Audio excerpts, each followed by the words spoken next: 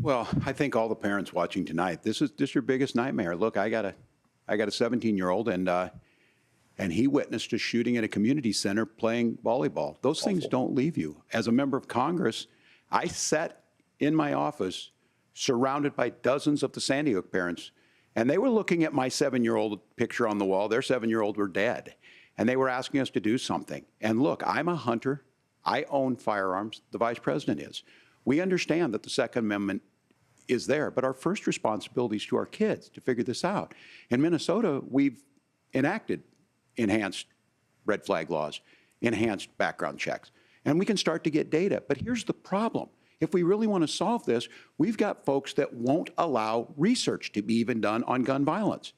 And this idea that we should just live with it, here's what I do think, that this is a good start to the conversation. I 100% believe that Senator Vance hates it when these kids, it's abhorrent and it breaks your heart. I agree with that. But that's not far enough when we know there are things that worked. I've spent time in Finland and seen some Finnish schools. They don't have this happen, even though they have a high gun ownership rate in the country.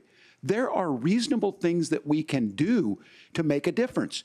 It's not infringing on your Second Amendment. And the idea to have some of these weapons out there, it just doesn't make any sense.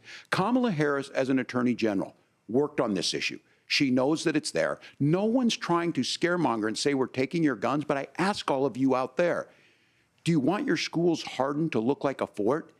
Is that what we have to go? When we know there's countries around the world that their children aren't practicing these types of drills. They're being kids. We owe it to them to get a fix. These are things that shouldn't be that difficult. You can still keep your firearms, and we can make a difference. We have to. If you're listening tonight, this breaks your heart.